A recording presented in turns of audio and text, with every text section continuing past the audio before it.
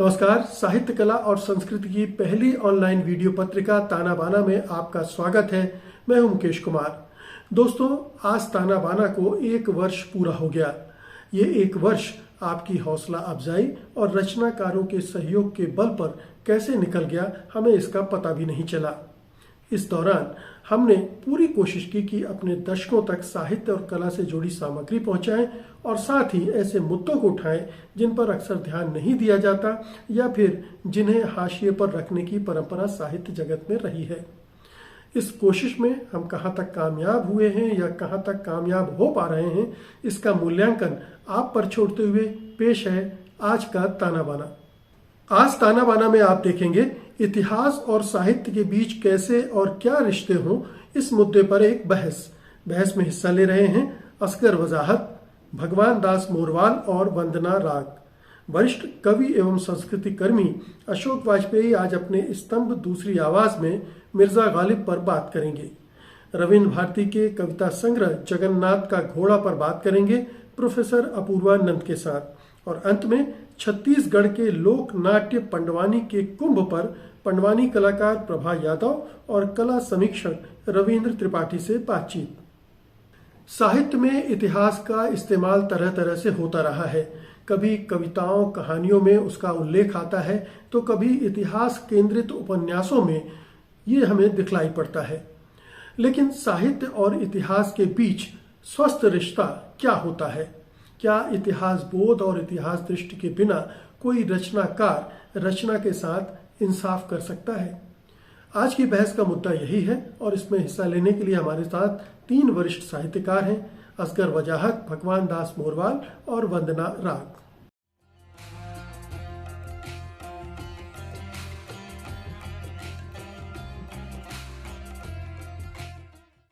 ताना बाना में आप सबका स्वागत है और सबसे पहले नव वर्ष की हार्दिक शुभकामनाएं आप सभी को।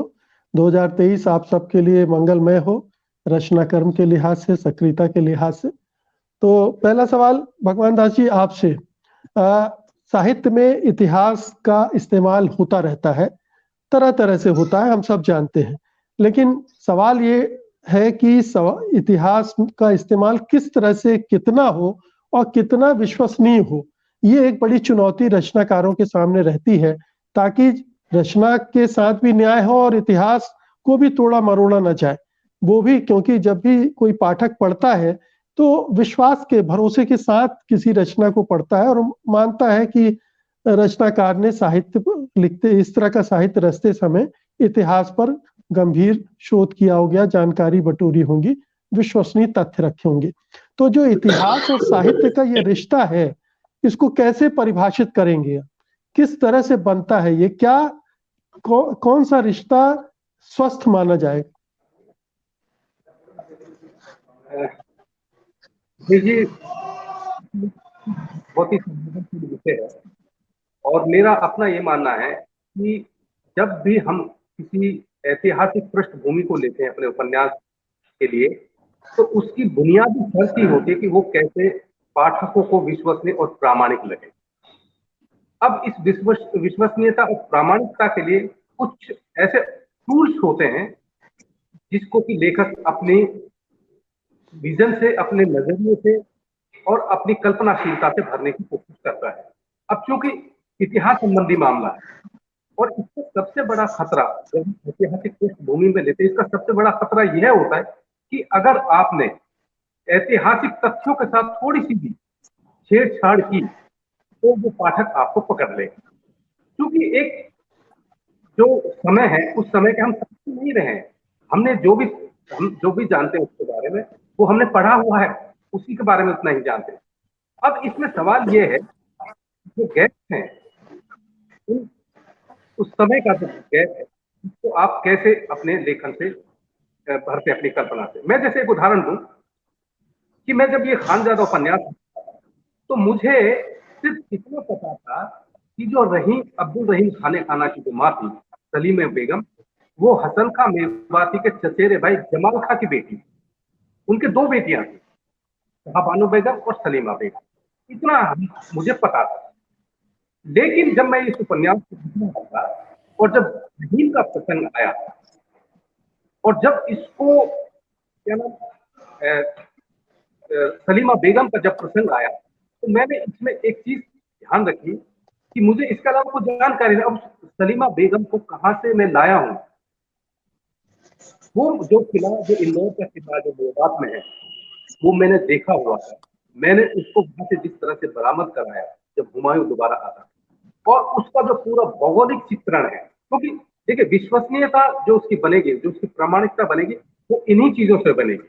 जो उसका भौगोलिक परिवेश है, जो उसके इतिहास संबंधी जानकारी। तो सबसे पहली शर्त मेरा अपना ये मानना है कि किसी भी ऐतिहासिक भूमि को खासतौर से उपन्यास में लिखने के लिए सबसे पहली शर्त है उसकी प्रामाणिकता, विश्वसनीयता।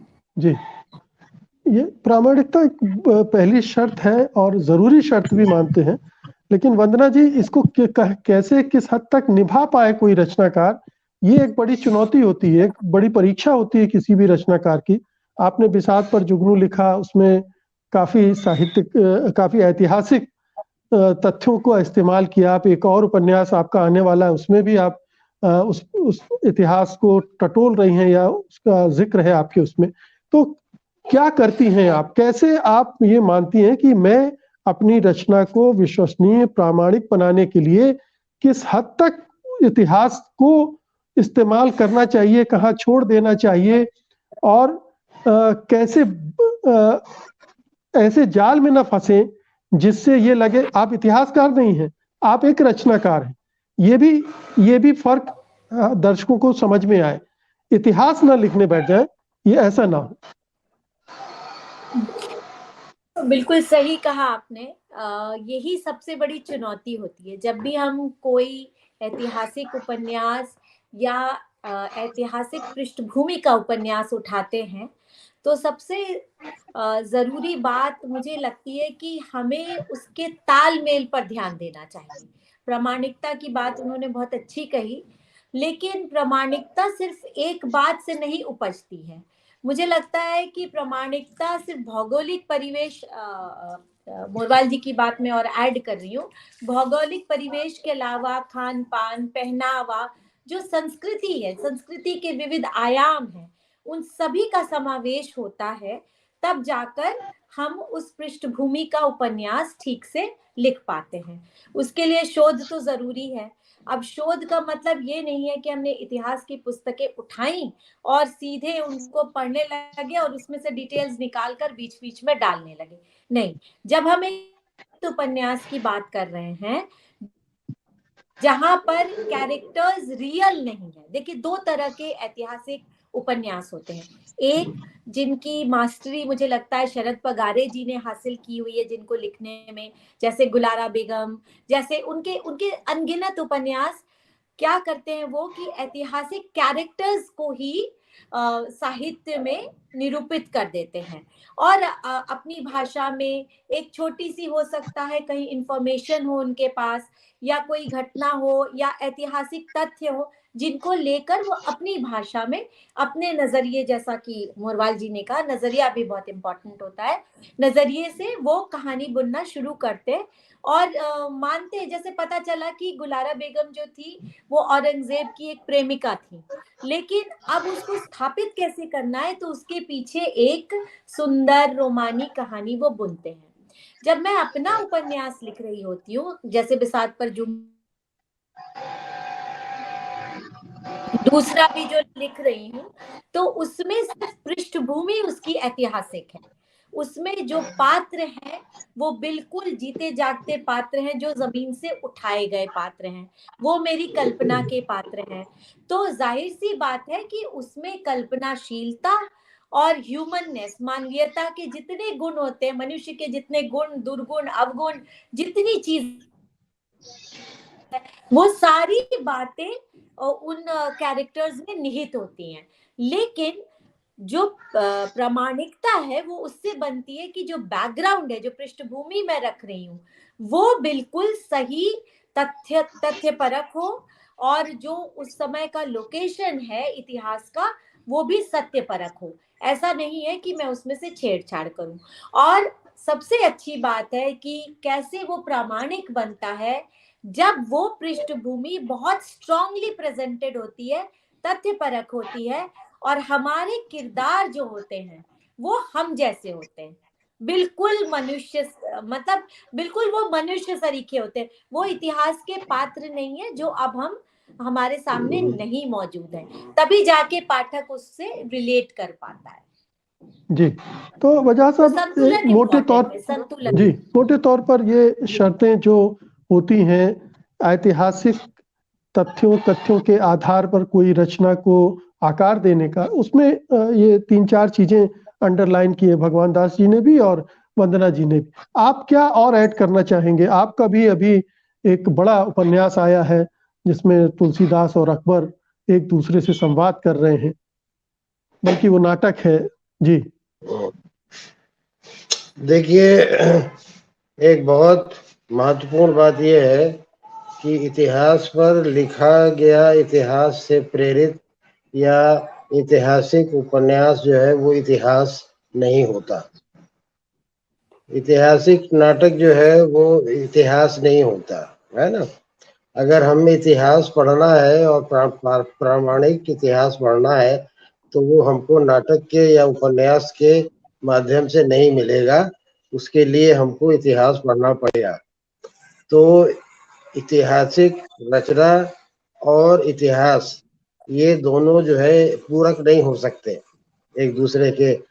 तो ये तो बात माननी ही पड़ेगी कि जब हम किसी भी ऐतिहासिक कथानक को उठाते हैं तो उसमें कल्पना का समावेश बहुत जरूरी होता है। बिना कल्पना के समावेश के वो इस ऐतिहासिक कोई कृति लिखी नहीं जा सकती, असंभव है।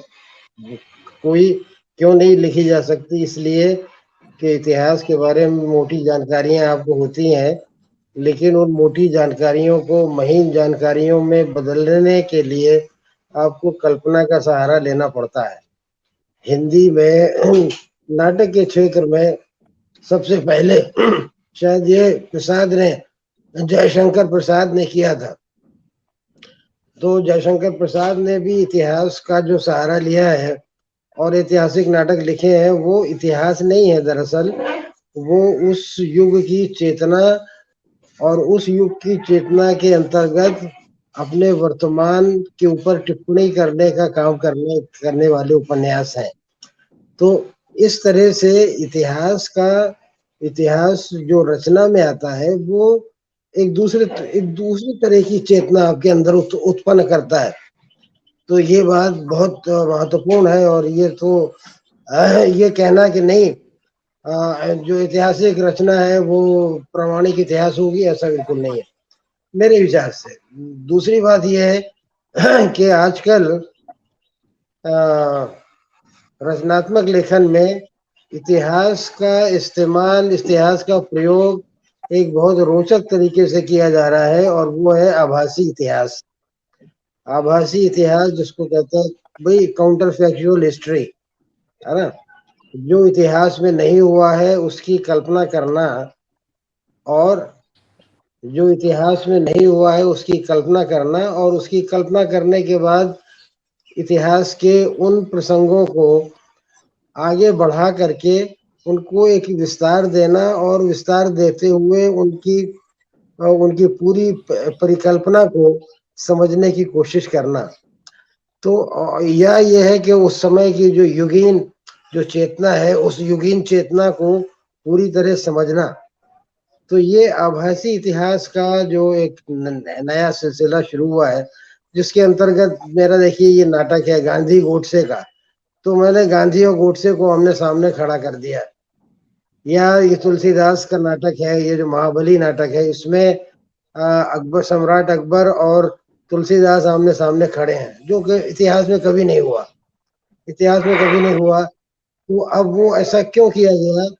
वो आभासी इतिहास के अंतर्गत हम अगर उन धाराओं को, उन अंडर करेंट्स को समझना चाहते हैं जो उस समय के अंडर करेंट्स थे, तो हमको आभासी इतिहास का सहारा लेना पड़ता है। तब जाकर के हम उन अंडर करेंट्स को समझते हैं, समझ पाते हैं। तो इस तरह से इतिहास का प्रयोग जो है वो कई स्तरों पर कई तरह से किया जा रहा है और किया जाएगा।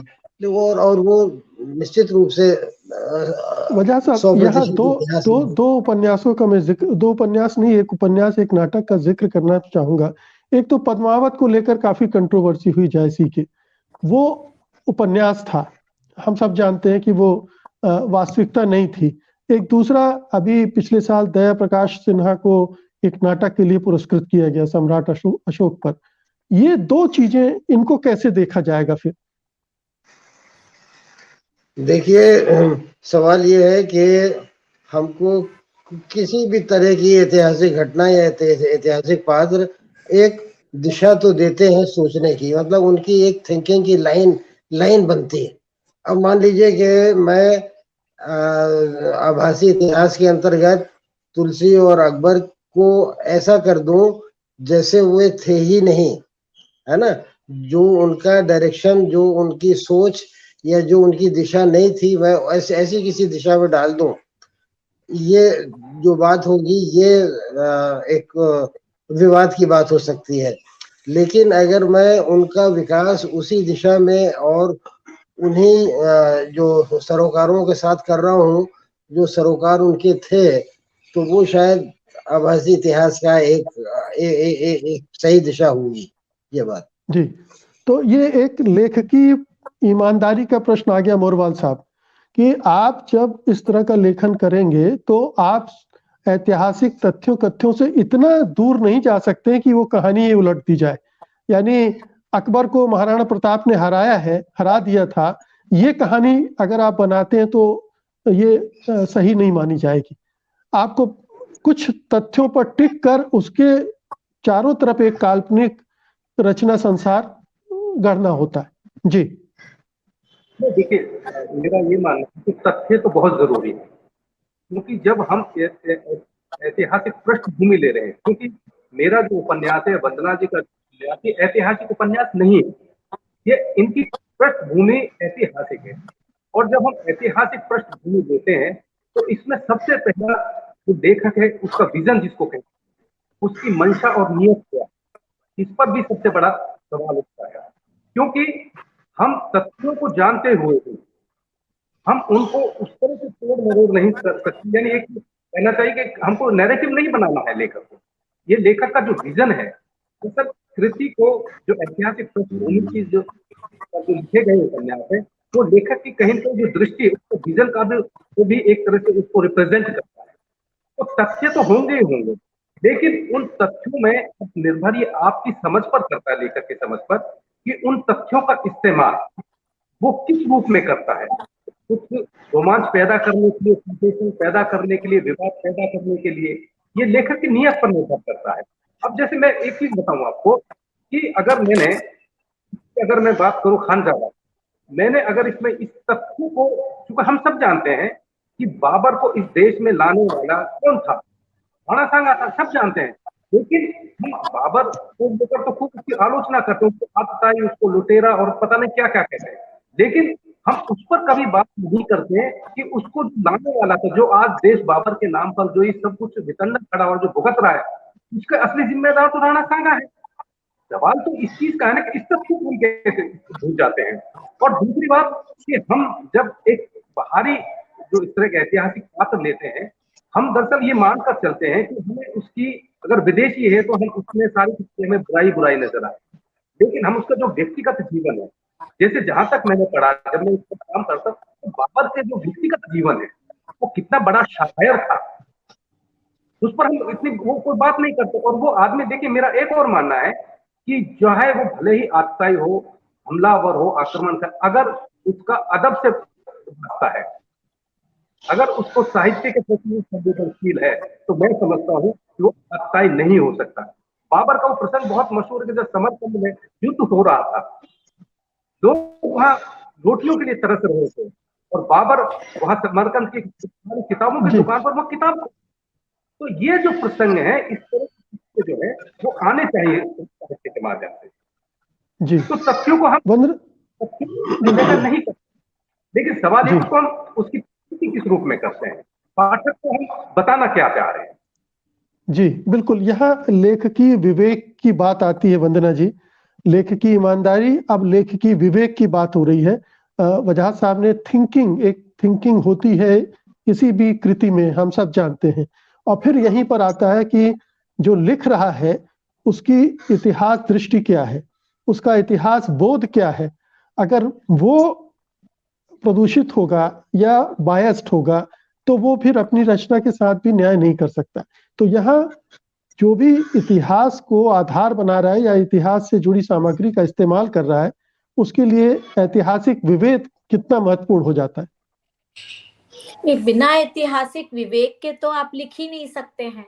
वही जिस बोध की बात हो रही है, तो ईमानदारी, आपका सबसे पहले तो बोध इम्पोर्टेंट है कि बोध अगर आपका सही है तो तभी जाकर आप उसका इस्तेमाल कर सकते हैं। हमने बस तय कर लिया, जैसे आपने कहा कि अगर हम कुछ और नैरेटिव गढ़ना चाहते हैं, जैसे सबसे जरूरी बात है कि हम अपनी वो जो आभासी ऐतिहासिक दृष्टि है या काउंटर फैक्चुअल व्हाटएवर हिस्ट्री का नरेशन हम करना चाह रहे हैं या क्रिएशन करना चाह रहे हैं कुछ, तो हमारी नियत क्या है। नियत अगर हमारी ये है, हमारा इतिहास बोध हमें ये दिखलाता है, जैसे अभी खास तौर से अभी के प्रेजेंट टाइम्स में हम क्या प्रस्तुत करना चाहते हैं। हो सकता है हम दिखाना चाहें, जैसे कि राजस्थान की किताबों में दिखाया गया है कि आपने अभी मुरवाल जी ने कहा राणा सांगा बाबर को लाया था, लेकिन ये बात तो विलुप्त हो चुकी है पूरी तरह से। किसी के भी ऐतिहासिक बोध में ये बात है ही नहीं, पूरी तरह से खत्म हो चुकी है। तो धीरे धीरे हम अपने लेखन से क्या मुझे लगता है एक पूरी पीढ़ी, जैसे जो मेरी पीढ़ी है, उसका ऐतिहासिक बोध एक बहुत अलग किस्म का था।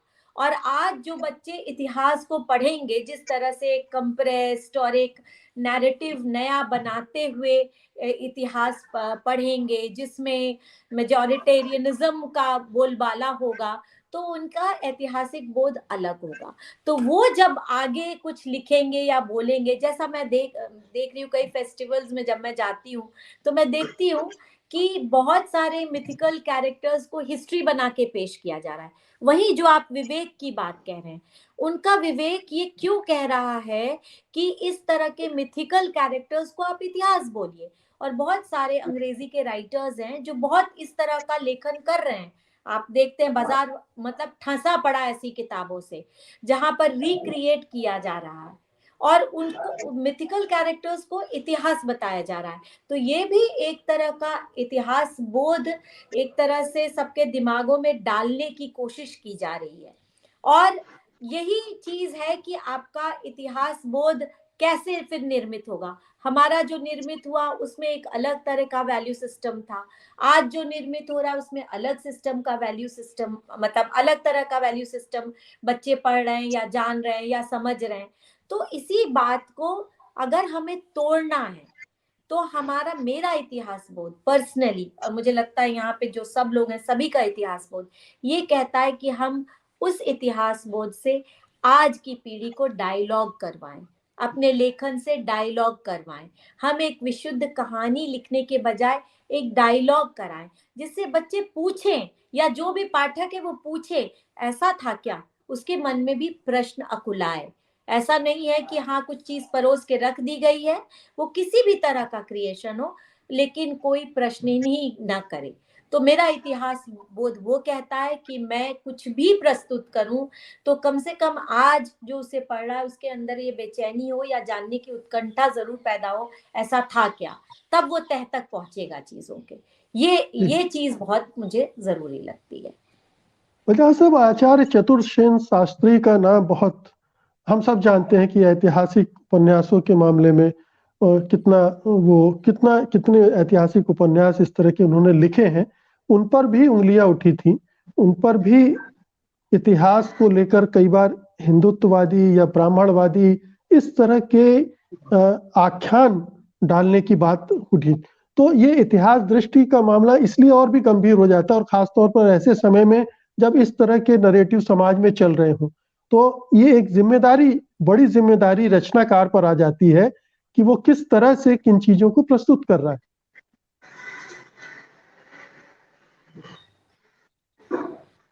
वजाहत साहब।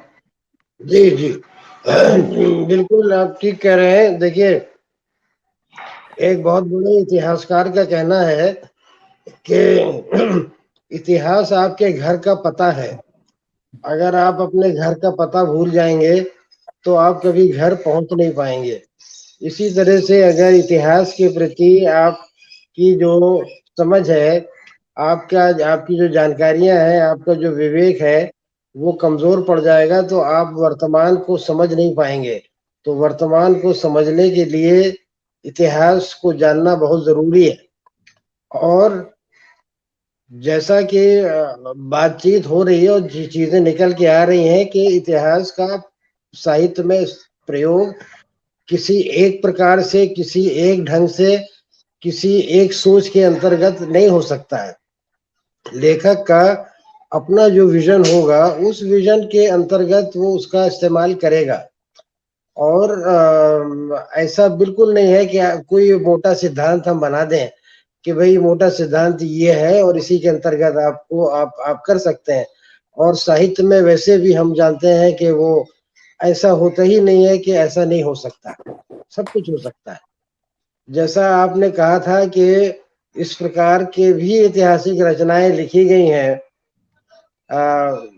मुझे पूरे नाम नहीं याद है, लेकिन यह है कि यूरोप में बहुत सी ऐसी रचनाएं हैं जहां तथ्यों को, बिल्कुल ऐतिहासिक तथ्यों को उलट दिया गया है। ऐतिहासिक तथ्य जो है पलट गए हैं पूरा, और उसके बाद भी रचना जो है वो एक बहुत ही अर्थपूर्ण और एक बहुत ही विवेकशील जो है वो प्रस्तुति जो है देती है। तो कहने का तात्पर्य यह है कि हम एक तो किसी इसको खांचे में नहीं ढाल सकते हैं, और दूसरा ये भी है कि जो लेखक की जो सोच है और उसका जो उसकी जो मतलब एक विचार समझ लीजिए, विचारधारा समझिए, उसका प्रतिबद्धता समझिए, साहित्य के प्रति उसका दृष्टिकोण समझिए, समाज के प्रति उसका दृष्टिकोण समझिए, क्योंकि इतिहास जो है वर्तमान को भी परिभाषित करता है और प्रभावित भी करता है। तो इसके अंतर्गत की गई रचना जो इतिहास से प्रेरित है वो मेरे ख्याल से अर्थवान होगी, वो वही मूल्यवान होगी। और ऐसी कोशिश करना कि हम इतिहास को बिल्कुल मक्खी पर मक्खी बिठा दें, तो वो मक्खी पर मक्खी बिठाने से अच्छा है कि इतिहास ही पढ़े भाई, है ना।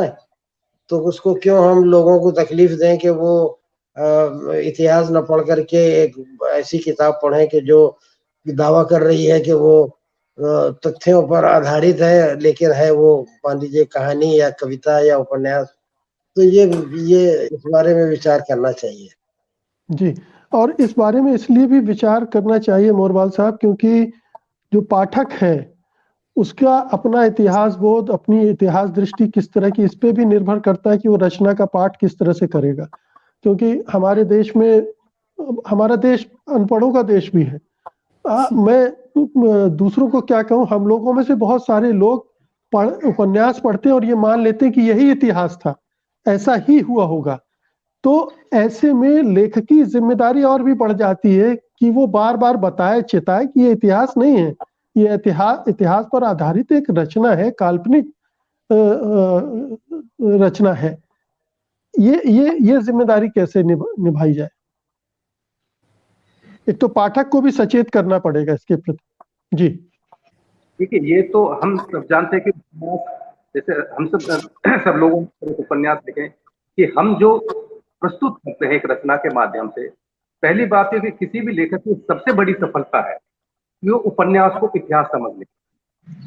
और वो तभी समझ पाता है जब लेखक अपने रचना कौशल से तथ्यों पर आधारित अपने इतिहास बोध विवेक का इस्तेमाल करता है।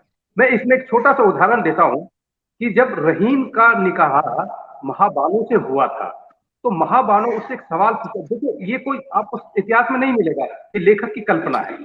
जब उसकी शादी होती है तो महाबानो रहीम से ये पूछता है कि मिर्जा, आपकी इतनी अच्छी जबान कैसे है? आप फारसी भी जानते हैं, संस्कृत भी जानते हैं, ब्रज भी जानते हैं।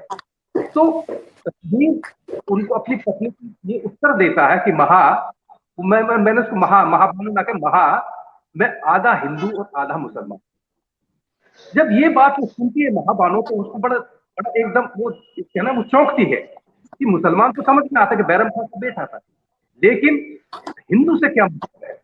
तब वो कहता है कि देखिए ये तो पता है कि मैं बैरम खां का बेटा था, लेकिन जो मेरी माँ है वो राजपूत मुसलमान मुसलमान राजपूतों की बेटी है, और मेरी माँ मेवात की है, यानी हसन खां मेवाती की भतीजी। तो मेरी जो जबान है, आदि भाषा हम जो कहते हैं, तो भाषा अपनी माँ से सीखी हुई है। तो वो कहता है कि जो मेरी हिंदी की जो मेरा संस्कार है, ब्रज का जो संस्कार है, ये मेरी माँ से ले हुआ। तो कहने का ये प्रसंग देने का ये है कि पाठक जब इन चीजों को पढ़ता है तो वो कहीं न कहीं लेखक के विवेक और इतिहास बोध पर आसानी से यकीन कर लेता है, क्योंकि रहीम ब्रज का तो कवि बहुत बड़ा कवि है, हम सब जानते हैं। लेकिन ये तथ्य बहुत कम लोगों को पता है कि अब्दुल रहीम खाने की माँ सलीमा बेगम मेवात की थी। और जाहिर सी बात है कि जिस मेवात का मैं रहने वाला हूँ और जहां का उनका था, उसको कठेर मेवाती कहते हैं, यानी वो मेवाती जिस पर ब्रज का असर है। तो इससे पाठक बहुत आसानी से भरोसा कर लेगा आप अपने लेखक पर कि जो लेखक ने जो तथ्य दिए, संवाद में दिया है या नरेशन में दिया है। अच्छा, इसलिए एक और चीज है कि प्रामाणिकता का एक और सबसे बड़ा जो हमें समझ में आया, मुझे समझ में आया, वो ये कि कभी भी लेखक अपने बात नरेशन में कहने की बजाय अगर वो अपने पात्रों से कहलवाता है तो वो पाठक को और ज्यादा प्रामाणिक और ज्यादा विश्वसनीय लगने लगता है। तो ये निर्भर अब इस पर करता है कि अपनी बातों को अपने पात्रों के माध्यम से वो जो जी इतिहास बोध, जो उसका विवेक है, उसको कितनी सफलता, कितनी कुशलता से वो इस्तेमाल करता है। जी। लेकिन वंदना तो जी, इस तरह यह एक खतरा भी पैदा हो जाता है अगर पात्रों से और कहलवा रहे हैं और ज्यादा विश्वसनीय बना रहे हैं और वो असल में जी सच नहीं भी हो सकता है, तो ये तो और जी बड़ा खतरा बढ़ गया। नहीं, वंदना लेकिन जी। लेकिन तथ्यों से इधर उधर नहीं जाएगा। ये तो तथ्य है ना कि रहीम ब्रज के बहुत बड़े कवि थे। ये भी तथ्य है कि उनकी माँ मेवात के एक खानजादा राजपूत की बेटी थी। लेकिन इस बात को कहलवाने के लिए, क्योंकि वे आपकी इतनी अच्छी जबान कैसे है, तो उसका वो जी ये तथ्य देता है कि मैं आधा हिंदू और आधा मुसलमान। ये यानी आज के मौजूदा हालात हैं, जो इस देश की जो हालात है, उसमें इस तरह के संवादों का रचना ये अपने जी आप में नहीं है। लेकिन खतरा तो लेखक को उठानी पड़ेंगे, तभी तो जी। लेखक आपका पाठक भरोसा करेगा ना, क्योंकि तथ्यों से आप छेड़छाड़ नहीं करते हैं। नहीं नहीं लेकिन नहीं, आप जी मैं समझ गया मोरवाल साहब। मैं असल में खतरा लेखक की बात नहीं कर रहा हूँ, पाठक के लिए खतरे की बात कर रहा हूँ। जी वंदना जी। देखिए, मुझे इस बीच में मतलब बातचीत के क्रम में कुछ उपन्यास याद आ रहे हैं जिनने बचपन से लेकर बाद तक मेरे ऊपर बहुत गहरा प्रभाव छोड़ा। जैसे कि झूठा सच, यशपाल का याद आता है बार बार। फिर भीष्म साहनी का तमस, तो हम बच्चे थे जब वो आ रहा था, उसका टीवी सीरियल भी बना और सब कुछ हुआ। तो कुछ फिर एक बहुत अच्छा उपन्यास है अमृतलाल नागर का शतरंज की मोहरे। उसमें भी मतलब जो आप बात कह रहे हैं, और एक और बहुत बड़ा दुनिया का उपन्यास है वॉर एंड पीस, जिसका भी हम बच्चे थे तो हम पर बहुत बड़ा प्रभाव पड़ा। और वो सारी चीजें आज तक भीतर संग्रहित हैं मेरे। तो हुआ ये कि जब इन उपन्यासों को हम पढ़ रहे थे, और ये सही बात है कि ये उपन्यास आपको एक जरूरी नहीं है कि प्रामाणिक इतिहास देते हो, क्योंकि मैं इतिहास की छात्रा रही हूँ तो किताबें भी मैंने टेक्स्ट भी इतिहास का पढ़ा है। लेकिन बहुत कुछ छेड़छाड़ नहीं हुई है। जो जिसके बारे में ये मोरवाल जी कह रहे हैं कि जो टेक्स्ट है, मूल टेक्स्ट रहता है, जो पृष्ठभूमि रहती है टेक्स्ट की, वो बिल्कुल प्रामाणिक ही रहती है। डेट्स प्रामाणिक होंगे, घटनाएं, अगर विश्व युद्ध चल रहा है वो प्रामाणिक था वॉर एंड पीस में। लेकिन कथा जो आज तक इतने 20 साल 25 साल पहले पढ़ा गया उपन्यास आज तक कैसे भीतर है, तो कैरेक्टर्स की मार्फत है।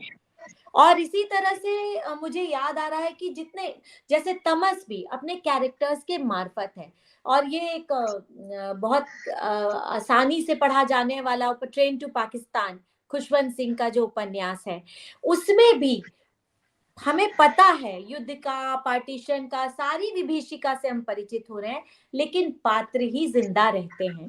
तो ये बहुत जरूरी बात है कि पात्र से हम क्या कहलवा रहे हैं। जो आप कह रहे हैं ना, जिम्मेदारी, जिम्मेदारी लेखक की है कि कम से कम जब हम ट्रांसपोर्टिंग इन टाइम्स करें, खास तौर से ये आज के युग में, मैं इस बात को कतई डिनाई नहीं करना चाहती हूँ कि उपन्यास हो, कहानी हो, कविता हो, अब्सर्ड भी होती है, काउंटर नैरेटिव भी होता है। जैसे एक फिल्म इस समय याद आ रही है, इनग्लोरियस बास्टर्ड्स, आपने देखी होगी, जिसमें पूरी तरह से जो नाजी ऑक्यूपेशन था उसमें दिखा दिया कि कैसे नाजियों को उन्होंने हरा दिया था, यहूदियों ने नाजियों को हरा दिया था, जबकि और उनको सबका खात्मा कर देते हैं। ये एक काल्पनिक स्टोरी गढ़ी गई थी, लेकिन इसमें एक कुशल, क्या बोलना, नेविगेटर था, एक कुशल संचालक था जो हमें बता रहा था।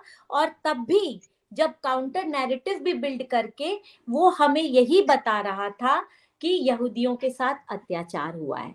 तो इसीलिए हमें जब इस तरह के हम विषय उठाते हैं तो बहुत सावधान रहने की जरूरत है कि हम क्या प्रस्तुत करना चाह रहे हैं। हम टोटली एब्सर्ड चीज रख सकते हैं, लेकिन उसका अंत क्या पाठक को मिल रहा है, और वो एक पॉजिटिव, सकारात्मक संदेश ही देना है हमें, खास तौर से आज के समय में, मुझे ये लगता है। और इसीलिए जी, गैर बजाज जिम्मेदार साहब, हम नहीं हो सकते हैं। जी बजाज साहब, आपकी टिप्पणी अंतिम। जी जी, मैं ये कहना चाहता था कि देखिए, जो इतिहास के विश्लेषण या किसी ऐतिहासिक तथ्य को समझने का नजरिया होता है, वो भी बहुत कुछ डिपेंड करता है इस बात पर कि लेखक की सोच क्या है, लेखक के विचार क्या है। उदाहरण के लिए, जो मोरवाल जी ने बात कही रहीम के संदर्भ में, तो अगर मैं उसको लिखता या मैं उसको कहता तो निश्चित रूप से मैं मतलब मेरा ये मानना या मेरी ये अंडरस्टैंडिंग रहती कि रहीम जो है वो धार्मिक बंधनों से या खानों से ऊपर थे, ऊपर उठ गए थे, और वो कोई निश्चित रूप से कोई और तर्क देते, कोई और तथ्य, मतलब कोई और बात वो कहते जो ये सिद्ध करती कि उनको इतनी भाषाओं के ऊपर और इतने जो कहना चाहिए कि धार्मिक जो मूल्य हैं उनके ऊपर कितनी जानकारी है। इसका इसका कारण क्या है? इसका कारण जो है वो शायद मैं कुछ और बताता। तो कहने का मतलब यह है कि लेखक की अपनी क्या सोच है और वो इतिहास को किस रूप में देख रहा है, और उससे क्या बात समझ में आ रही है, ये बड़ी महत्व। अच्छा, अब देखिए, उदाहरण के लिए आभासी इतिहास के अंतर्गत अगर कोई लेखक ये उपन्यास लिखता है कि 1857 में अगर अंग्रेज हार गए होते, अंग्रेज हार गए होते और बहादुर शाह जफर या स्थानीय जो शक्तियां हैं वो जीत गई होती तो क्या होता, है ना। लेकिन इस तरह की रचना अगर की जाए तो ये रचना जो है वो कई अर्थों में हमारे समाज के बहुत से पक्षों के ऊपर ऐसा ऐसा ऐसा वो एक प्रकाश डालेगी, या ऐसी ऐसे कमेंट या ऐसी बातें उभर के सामने आएंगी जो हमें अपने आप को समझने में बहुत सहायक होंगी। है बिल्कुल काउंटर फैक्चुअल हिस्ट्री होगी, लेकिन हमें अपने बारे में जो है वो एक बहुत बड़ी समझ विकसित होगी। तो इसी इसी इसी तरह से इतिहास का जो प्रयोग है साहित्य में, वो तरह तरह से विभिन्न प्रकारों से होता है, और इसको एक एक आज़ादी है लोगों के पास कि वो अपना प्रयोग इस तरह से कर रहे हैं। और हमारे यहाँ अभी शायद कम है, लेकिन आगे चल करके हम समझते हैं कि इस तरह की रचनाओं के ऊपर ज्यादा लोगों का ध्यान जो है वो जाएगा। जी, लेकिन पाठकों को चेताना जरूरी है कि ये इतिहास नहीं है। हाँ हाँ, देखिए, पाठक जो सुधी पाठक है या सुधी लेखक है ना, तो वो तो ये जानता है कि आप जो लिख रहे हैं, अगर आप हार लिख रहे हो तो हार का मतलब हार नहीं है, हार का मतलब जीत है। अगर आप जीत लिख रहे हो तो जीत का मतलब जीत नहीं है बल्कि हार है। है ना। तो इस तरह से पाठक और लेखक दोनों के बीच में ये अंडरस्टैंडिंग होती है कि जो कुछ कहा जा रहा है उसको उसी रूप में वो ले। होती तो नहीं है, लेकिन उसे विकसित करना जरूरी है। जैसे मुकेश जी ने कहा कि ज्यादातर लोग मान ही लेंगे कि यही हुआ था, तो वही बिल्कुल। चेताना तो हाँ बहुत देखो, जरूरी है। हाँ देखो, बिल्कुल ठीक है। मतलब यह है कि उम्मीद की जानी चाहिए कि जी ऐसा जी जी होना चाहिए। होता है नहीं जी होता है, ये जी। कौन जानता। नहीं, तो और ये भी इसके है एक बारे में छोटी कुछ सी नहीं टिप्पणी जानता। कि इतिहास को पढ़ने का शॉर्टकट इस तरह के उपन्यास बन जाते हैं। फिर जो लोग इतिहास हाँ को जी। उस तरह से नहीं पढ़ना चाहते या नहीं पढ़ा होता है, वो इन उपन्यासों को पढ़कर इन्हीं को इतिहास मानकर और इसी के आधार पर अपनी राय बना लेते हैं। ये मुकेश जी, बड़े पैमाने मुकेश पर जी होता है। इसी पे एक छोटी सी बात याद आ रही है। दिल्ली यूनिवर्सिटी में हमारे टीचर थे श्री अमर फारूकी, वो हमें अमेरिकन हिस्ट्री पढ़ाते थे। और जब हम लोग अपना वो बुक्स बताते थे कि इस फलाना ईयर के लिए ये किताबें पढ़नी है और ये पढ़ना है, उस दौरान वो 10 साहित्यिक कृतियों की, जैसे अमेरिकन सिविल वॉर उन्होंने पढ़ाया, तो उसके अलावा वो 10 साहित्यिक कृतियों की लिस्ट भी देते थे कि जब आप छुट्टियों में जाइए तो पहले इन कृतियों को पढ़कर आइए। तो साहित्य ये काम करता है, जो ह्यूमन स्टोरीज होती हैं, मानवीय कथाएं ये काम करती हैं कि आपके दिल के भीतर प्रवेश करती हैं। जब वहां से एक द्वार खुलता है, मान लीजिए हमने ये पढ़ा गॉन विद द विंड, एक बहुत ही बेस्ट सेलर है और कितने वर्षों से कितने लोग पढ़ रहे हैं, पर अगर या रूट्स पढ़ा, तो हमें ब्लैक्स के ऊपर हुई ट्रेजेडी के बारे में एक मानवीय दृष्टि भी मिलती है, जो हमें इतिहास बोध विकसित करने में सहायक होती है।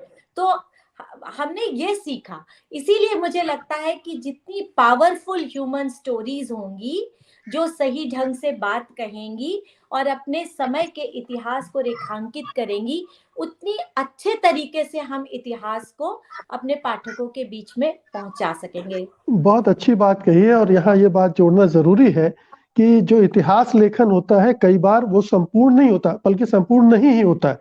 उसमें बहुत सारी घटनाएं छूट जाती हैं और उन्हें साहित्य दूसरे तरह से कवर करता है, मीडिया दूसरे तरह से कवर करता है। और ये भी उतना ही इम्पोर्टेंट है इतिहास को समझने के लिए, इतिहास को जानने के लिए। बहुत बहुत शुक्रिया आप तीनों मेहमानों का इस गंभीर चर्चा में हिस्सा लेने के लिए। धन्यवाद। नमस्कार। धन्यवाद। मिर्ज़ा गालिब अशोक वाजपेयी के प्रिय कवियों में से एक हैं। अक्सर वे उनके शेरों के साथ तरह तरह के खेल भी खेलते रहते हैं। आज अपने स्तंभ में वे उनके कुछ शेरों के हवाले से बता रहे हैं कि कैसे दूसरी पंक्ति पहली पंक्ति से बिल्कुल जुदा स्वतंत्र विचार प्रस्तुत करती है। देखते हैं उनका स्तंभ, दूसरी आवाज।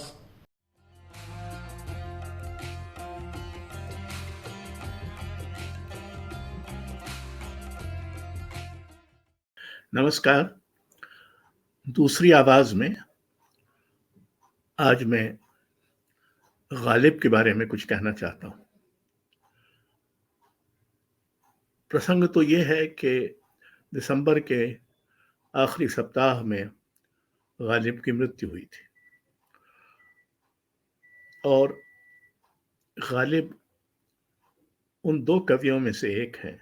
दूसरे हैं रेनर मारिया रिल्के, जिनके पास मैं अक्सर जाया करता हूं और उनसे कुछ ना कुछ खिलवाड़ भी करता रहता हूं।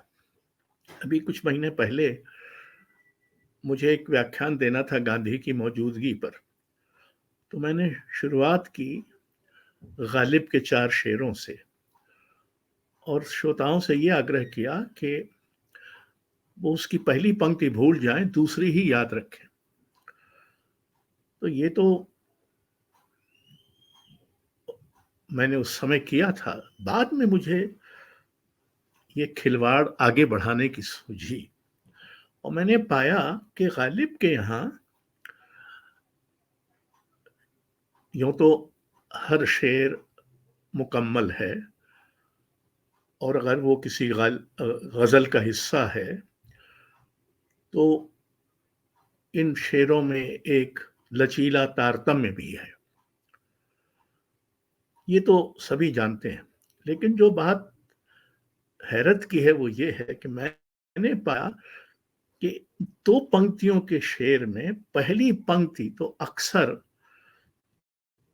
फारसी तत्सम से भरी होती है, लेकिन दूसरी पंक्ति ज्यादा उर्दू में नजर आती है। और मैंने फिर ना शुरू किया, तो अब देखिए, शेर तो है, जौहरे तेग बसर चश्मे दीगर मालूम, हूं मैं वो सब्जा कि जहराब उगाता है मुझे। अब ये जो दूसरी पंक्ति है, इसको आप पहली पंक्ति से अलग करके एक सूक्त या आप तो वचन की तरह इस्तेमाल कर सकते हैं।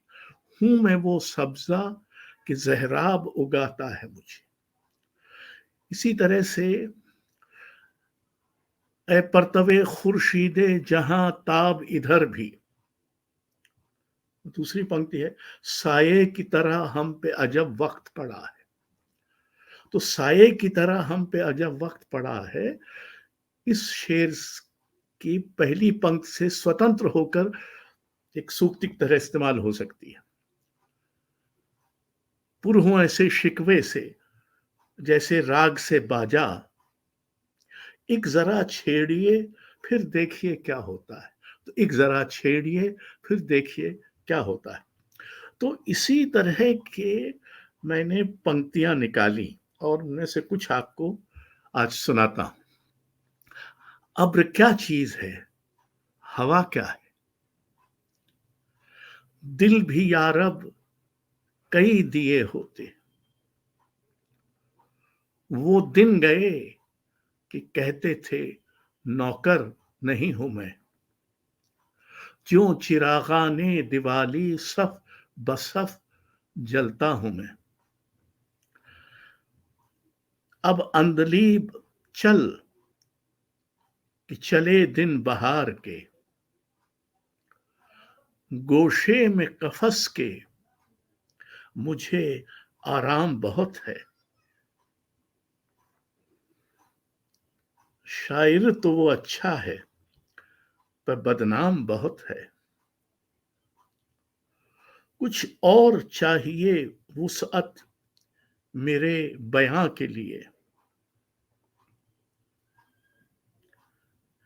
किसके घर जाएगा सैलाबे बला मेरे बाद।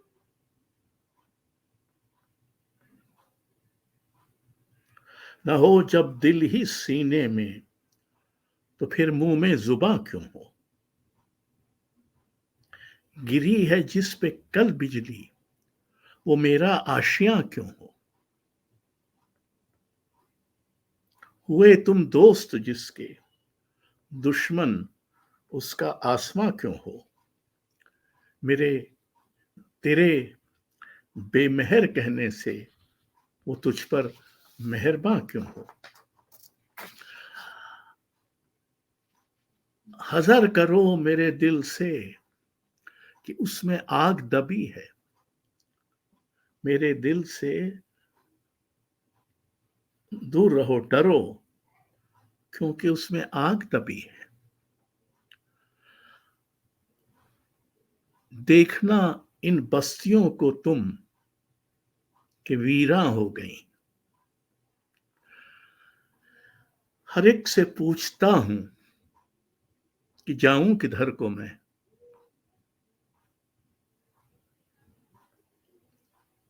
कि ताकत उड़ गई उड़ने से पहले मेरे शहपर की। उड़ने न पाए थे कि गिरफ्तार हम हुए। और प्रसिद्ध है गजल, उसकी एक एक पंक्तियां एक शेर से निकाल के वो स्वतंत्र हो जाती हैं। जैसे एक क्षमा है दलीले सहर सो खामोश है, जी में कहते हैं कि मुफ्त आए तो माल अच्छा है। एक ब्राह्मण ने कहा है, ये साल अच्छा है। काम अच्छा है वो जिसका कि माल अच्छा है। दिल के खुश रहने को गालिब ये ख्याल अच्छा है। और आपको याद है कि गालिब पर यह आरोप लगता था कि उनके अशार मुश्किल हैं, समझ में आसानी से नहीं आते, तो उन्होंने शायद झल्ला के ये कहा। और फिर ये दूसरी पंक्ति है, गर नहीं है मेरे अशार में मानी न सही। तो हम कवियों को इससे उत्साह मिलना चाहिए कि अगर ऐसा आरोप लगे तो हम भी ये कह सकें कि अगर हमारे लिखे में आपको अर्थ नहीं मिलता तो न सही। मुझको भी पूछते रहो तो क्या गुनाह हो। मौत से पहले आदमी गम से नजात पाए क्यों। जिसको हो दीनो दिल अजीज उसकी गली में जाए क्यों। रोइए जार जार क्या कीजिए हाय हाय क्यों। लड़ते हैं मगर हाथ में तलवार भी नहीं। और अभी तो ये क्रम जारी है और मेरा ख्याल है कि ये एक तरह से फारसी तत्सम और उर्दू तद्भव का एक अद्भुत खेल है जो ये महाकवि खेल रहा था। बैठे हैं रह गुजर पे हम कोई हमें उठाए क्यों। दैर नहीं दर नहीं, दैर नहीं हरम नहीं दर नहीं आस्था नहीं। बैठे हैं रह गुजर पे हम कोई हमें उठाए क्यों। कई बार लगता है एक बड़ा कवि ऐसे ही आकर रह गुजर पर बैठ जाता है और हम उसके पास जाकर जिंदगी के बारे में, भाषा के बारे में, संसार के बारे में कुछ सीखते हैं और उसको इस रह गुजर से उठाना संभव नहीं होता। गालिब ऐसे ही कवि थे।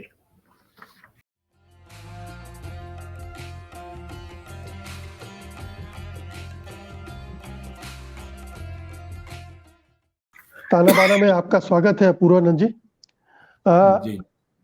जगन्नाथ का घोड़ा रवींद्र भारती का कविता संग्रह है और इस कविता संग्रह की कविताओं को देखकर पहली नजर में तो ये लगता है कि बहुत ही छोटी छोटी बातों को कितना महत्व दिया जा सकता है या दिया जाना चाहिए, इन कविताओं से निकल के आता है, जो हमारे जीवन, हमारे लोक जीवन का हिस्सा है और जिन्हें हम अनदेखा करते रहते हैं, लेकिन उनकी अहमियत बहुत ज्यादा है। क्या इस कविता संग्रह का सार तत्व इसे माना जा सकता है? हाँ, यह तो है ही, आपने नोट किया है और इस कविता संग्रह के ब्लर्ब पर भी यह बात कही गई है।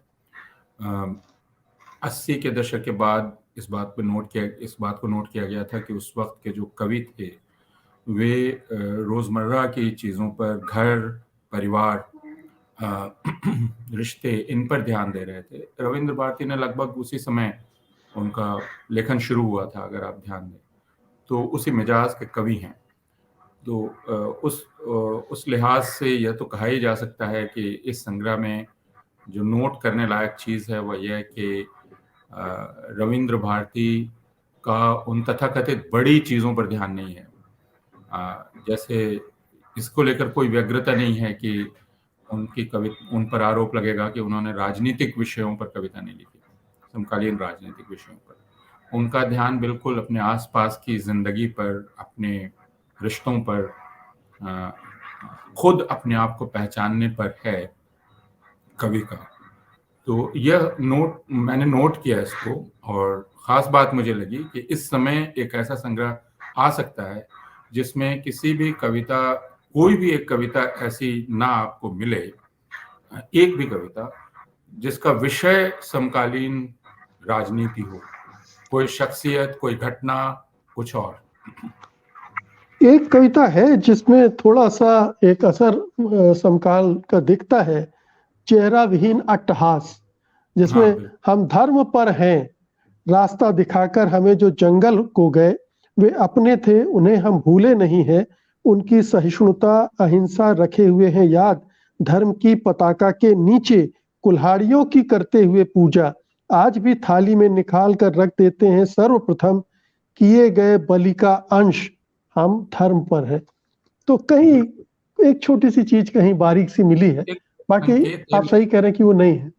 हाँ, मैं सिर्फ ये कह रहा हूँ कि मुझे यह बात बहुत मार्के की लगी कि कवि यह संग्रह उससे आक्रांत नहीं है और इसको अपनी बाध्यता महसूस नहीं करता है कि उसे ऐसे विषय पर कविता लिखनी ही चाहिए। कवि यह महसूस नहीं करता है।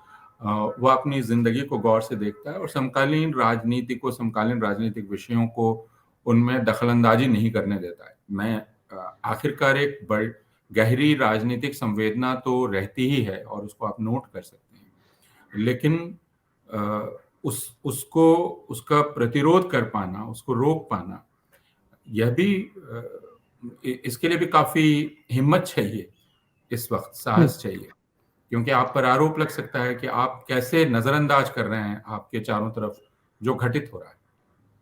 जी, अपूर्वानंद जी, ये पहला कविता संग्रह मैंने पढ़ा है। क्या रविंद्र भारती जी इसी तरह की कविताएं लिखते आए हैं जिनमें राजनीति नहीं रहती है, या राजनीति उनके विषय कभी भी नहीं रहे हैं, इन्हीं विषयों पर लिखते आए हैं? ऐसा नहीं है। मुझे पहले की कविताएं याद नहीं है, लेकिन जैसा मैंने कहा कि वो उस दौर में उन्होंने लिखना शुरू किया और यह वह दौर था जब कवियों ने, वह अरुण कमल, राजेश जोशी, ये सब राजनीतिक विषयों पर भी कविता लिखते हैं और ज़्यादातर लिखते हैं, लेकिन 80 के दशक में जो कविताएं आ रही थी उनमें कवि का ध्यान अपने आसपास के जीवन की तरफ गया। तो रविंद्र भारती उसी समय के, उसी दौर के कवि हैं, इसलिए उनका स्वभाव है और मुझको उनके स्वभाव के अनुसार ही ये सारी कविताएं दिखलाई पड़ी। जी, तो किन कविताओं के जरिए आप इनको रेखांकित करना चाहेंगे, खास तौर पर जिनमें आसपास की जिंदगी, जैसे गृहस्थ की गृहस्थी, क्या ये कविता आप खास तौर पर गिनाना चाहेंगे? नई कटोरी का स्वागत इस नए घर में, अभिनंदन, उसका मुंह मीठा कराओ, परोसो खीर बखीर, जेवनार, अभी अभी आई है, टूटे फूटे कांसे के टुकड़ों से लेकर नया रूप। हाँ, और रिश्ते हैं असल में, और जब आप रिश्तों की बात करते हैं तो वह रिश्ता खुद अपने आप से और प्रकृति से और संसार से भी, उन रिश्तों की कविताएं भी इसमें हैं। अब अगर आप इस कविता को देख लें, ध्वजा, जो शुरू में ही है, उम्मीद चूमती है नभों के नभ का मस्तक, दमक उठते हैं अंधेरों के पार मुखमंडल, दिगंतों के दृगों में उमड़ता है प्रेम, काम काजी कंधे लचकाते महंगी, जब गुजरते हैं बांटते बैना। तो बैना बांटते हुए, बहंगी लटकाए हुए जब गुजरते हैं तो यह होता है। तो बिल्कुल आप कहें लघु और एक उदात्त दोनों का मेल इसमें दिखलाई पड़ रहा है। इसके बाद भी आप देख लें, नक्षत्रों की दूरियां तय कर हर्षित हैं वे बीते चेहरों के साथ, घर के भीतर धरते पैर, पांव पखारता है घर का वर्तमान दिवस, और उसका दिवस और उसका दिवस, उत्कंठा जगती है अनेक के मन में, हाथों में तिरस्कृतों का कुछ अनमोल पाकर, राज्य नहीं, देश नहीं, माथे पर मुकुट नहीं, ध्वजा फिर भी जो स्वर्गिक हवा में फैल रही उन्हीं की है। तो इससे आपको कवि का मिजाज और अंदाज दोनों ही समझ में आ सकता है। दूसरी जो चीज मुझे, जिस चीज ने आकर्षित किया वह था समुद्र और नदी। इन दो को लिखी गई उनकी कविताएं, और आपके ध्यान में होगा समुद्र 1, समुद्र 2, समुद्र 3, ये कविताएं, फिर लहर, ये जो नदी वाली कविताएं उनकी हैं, धारा 1 धारा 2, ये 2 कविताएं भी। तो एक खास चीज लगी मुझे पानी और हवा, इसकी उपस्थिति इस संग्रह में, उसको लेकर कवि का विशेष आकर्षण। तो ये कुछ चीजें हैं जो मेरे ध्यान में आई इन कविताओं को पढ़ते हुए। आपने रिश्तों की बात की तो एक जी आप कंप्लीट कर लें पहले। मैं सिर्फ ये कहना चाह रहा था कि प्रकृति को लेकर अगर आप समकालीन कविता को देख लें तो प्रकृति के साथ उसका रिश्ता बन नहीं पाता है समकालीन कवियों का। वे प्रकृति को आप कह सकते हैं बिना किसी हस्तक्षेप के देख नहीं पाते, वो संभव भी नहीं है क्योंकि प्रकृति एक तरह से संस्कृति का हिस्सा है। लेकिन प्रकृति की कविताएं ना आना यह भी चिंता का विषय है जी। उस दृष्टि से मुझे इस संग्रह में वे कविताएं मिली हैं जो मेरे लिए खुशी की बात है। जी आपने चूंकि रिश्तों की बात की तो रिश्ते जो परिभाषित हैं उनके अलावा भी दूसरे तरह के रिश्तों पर कवि की नजर जाती है। जैसे ये एक कविता है आपाधापी।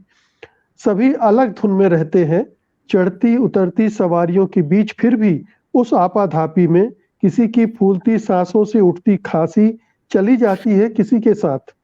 निर्दोष आंखों की मौन कथा चली जाती है किसी के साथ। अकारण ही होती है चिंता जब कोई दिखता नहीं 2-4 दिन। मन 10 काठों में दौड़ने लगता है, कहीं तबीयत तो नहीं हो गई खराब, कहीं चलते हुए रास्ते में गिर तो नहीं गए, कहीं और कुछ तो नहीं हो गया। अकारण ही एक दिन खिल उठता है चेहरा भीड़ में देखकर उन्हें। इस कविता पर मेरा भी ध्यान गया था।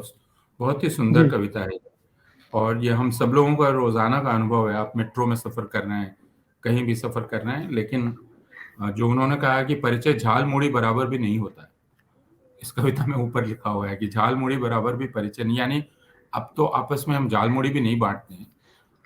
यह सावधान किया जाता है कि किसी अपरिचित के हाथ का ना खाएं ना पिए, तो उसकी संभावना अब घट गई है। लेकिन यह मानवीयता तो बची ही रहती है, आप परिचय करें ना करें।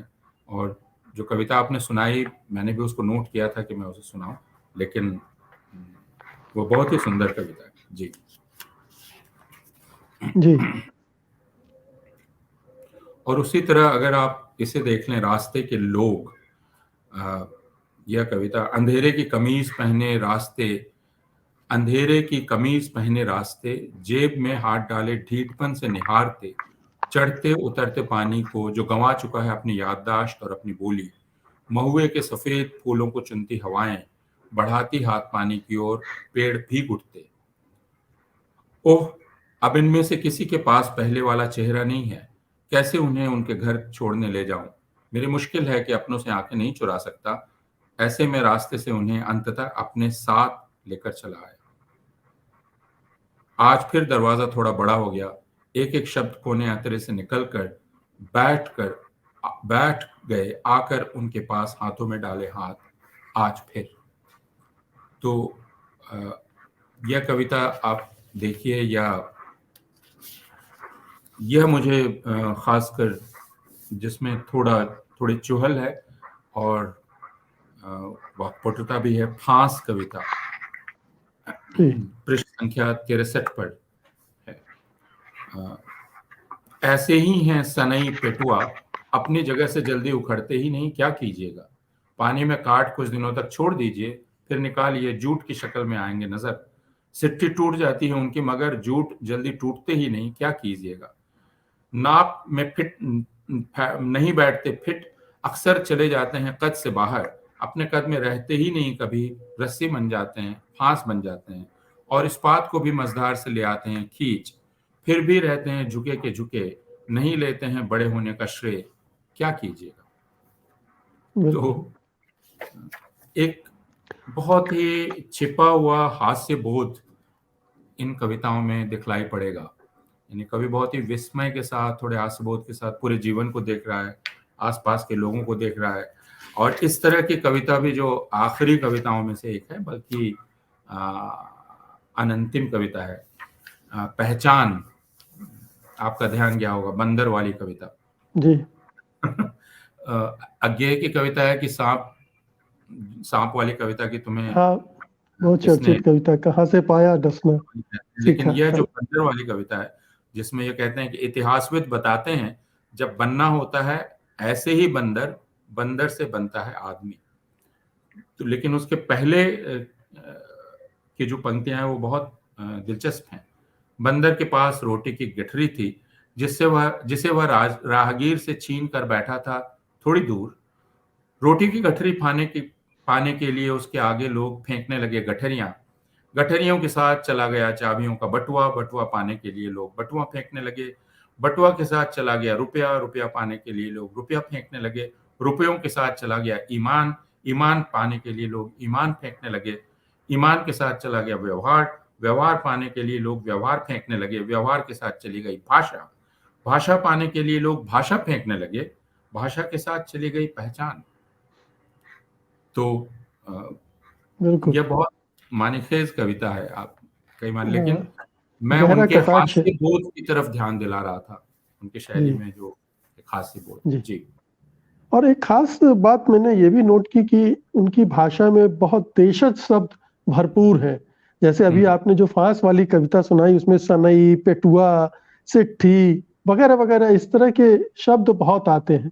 लोक जीवन से जुड़ी जो मुहावरे या लोकोक्तियां हैं वो सब भी बहुत इस्तेमाल करते हैं। हाँ, उसमें कोई संकोच नहीं है, लेकिन सिर्फ चमत्कार उत्पन्न करने के लिए भी नहीं लाते हैं या विचित्रता उत्पन्न करने के लिए भी नहीं लाते हैं जो दूसरे लोग लाते हैं। यह उनकी भाषा में बिल्कुल रचा बसा हुआ दिखलाई पड़ता है। यह उनकी खासियत है। जी, अंतिम प्रश्न मेरा है। जी आप पहले कंप्लीट कर लीजिए। ये बहुत छोटी सी कविता मैं सुनाना चाह रहा था। प्रथम अभिव्यक्ति। बौर की गंध से महमह कर रहा है कमरा। आम के अमोले कितनी जल्दी सरेख हो गए। आपने वैसे शब्दों की बात की थी जी। आम के अमोले कितने जल्दी सरेख हो गए। जुड़ा गया मन सुनकर उनकी प्रथम अभिव्यक्ति। दूसरी नहीं यही है टटके कवियों की टटकी कविताएं। जी, टटके कवियों की टटकी कविताएं। जी। कई बार पढ़ते हुए मुझे नागार्जुन की याद आ जाती है, नागार्जुन के अंदाज की। तो यह भी होना चाहिए कि कवियों में पुराने कवियों की आवाजें भी सुनाई पड़े, उनका अंदाज भी हमें दिखलाई पड़े। तो रविंद्र भारती को पढ़ते हुए वह अंदाज कभी कभी मुझे याद आ जाता है नागार्जुन। जी, और एक कविता उन्होंने नागार्जुन और दूसरे कवियों को समर्पित भी की है इस संग्रह में, रेणु और लाल धुआं को। जी बिल्कुल। बहुत बहुत शुक्रिया पूर्वानंद जी इस कविता संग्रह पर बातचीत करने के लिए। धन्यवाद आपका। बहुत शुक्रिया। पंडवानी छत्तीसगढ़ की एक ऐसी नाट्य परंपरा है जिसे अंतर्राष्ट्रीय ख्याति मिली है, अंतर्राष्ट्रीय प्रसिद्धि मिली है। मगर पंडवानी के सामने चुनौती अब यह है कि वहां सरकार और समाज की तरफ से उसे वैसा बढ़ावा नहीं मिल रहा है जैसा कि उसे दरकार है। ऐसे में पंडवानी कुंभ जो कि हाल में रायपुर में आयोजित हुआ था, कितना उसे सहायता देगा, कितना उसे प्रोत्साहन देगा, ये एक बड़ा सवाल है। ये सवाल हमने रखा जानी मानी पंडवानी कलाकार प्रभा यादव और वरिष्ठ कला समीक्षक रवींद्र त्रिपाठी के सामने।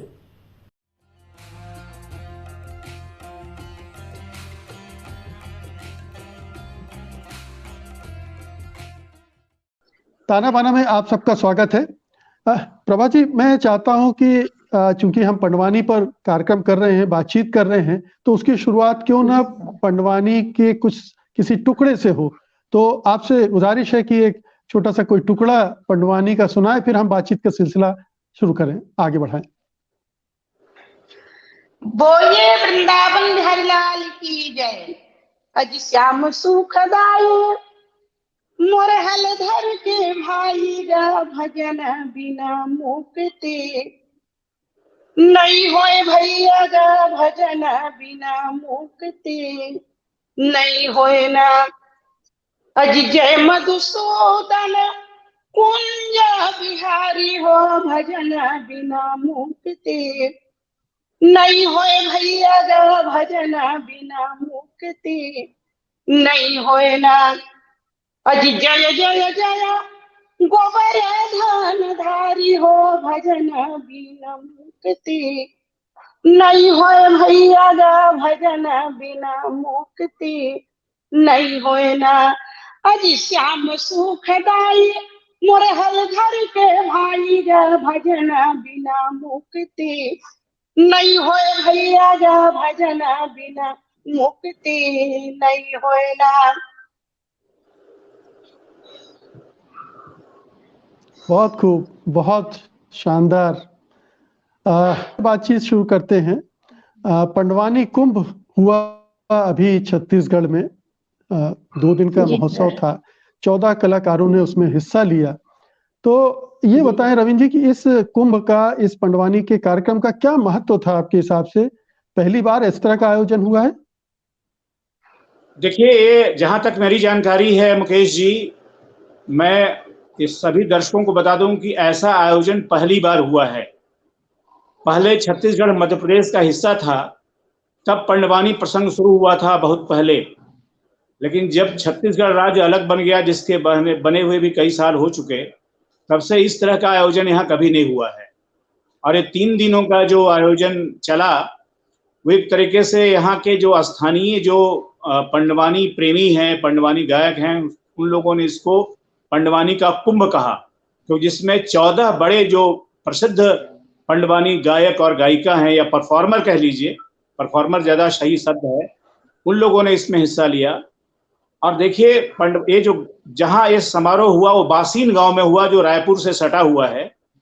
और इस बासीन गांव में श्री झाड़ू राम देवांगन जी का जन्म हुआ था।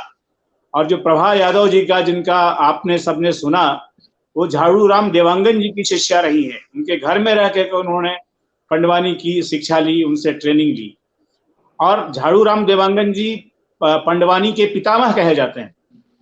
उन्होंने पंडवानी तो वैसे बहुत हजारों साल से ये जो कला विधा है यहाँ हो रही है छत्तीसगढ़ में, यहाँ के अंचलों में, पर झाड़ू राम देवांगन जी ने उसको एक नया स्वरूप दिया। मैं थोड़ा सा समय लूंगा। वो उन्होंने ऐसे किया कि सबल सिंह चौहान ने एक महाभारत लिखा था इसमें अवधी भाषा में। वो अवधी भाषा में केंद्र बना करके, सबल सिंह चौहान के लिखे हुए रचना को केंद्र बना करके झाड़ू राम देवांगन जी ने पंडवानी का पुनर्विष्कार किया एक तरीके से, और उसको जिसे कहते हैं री एडिट किया उसको। पंडवानी तो पहले ही से हो ही रही थी ये विधा, लेकिन उसको ज्यादातर लोग जो है वो जहां मन है वहां से शुरू कर देते थे। उसमें कोई शास्त्र सम्मत नहीं था, और शास्त्र का मतलब महाभारत की कथा का ओरिजिनल रूप नहीं था। लेकिन उसके बाद हुआ ये कि जब झाड़ू राम देवांगन जी ने संयोग से सबल सिंह चौहान द्वारा लिखित महाभारत पढ़ा, तो उन्होंने उसको महाभारत की जो कथा के जो आधार हैं उसको बनाकर संगठित किया। और इसके बाद वो बहुत बड़े परफॉर्मर बन गए। वो संगीत नाटक एकेडमी अवार्ड मिला उनको, कई अवार्ड मिला। पर अवार्ड की बात अलग है, उनके जैसा आधुनिक दौर में पंडवानी का कोई गायक नहीं हुआ, परफॉर्मर नहीं हुआ। दूसरी बड़ी जो प्रतिभाशाली हुई वो तीजन बाई, जिनका देश विदेश में नाम फैला। उसके बाद तो प्रभा यादव जी हैं, और भी कई लोग हैं, रितु वर्मा है, वो सब यहाँ आई थी।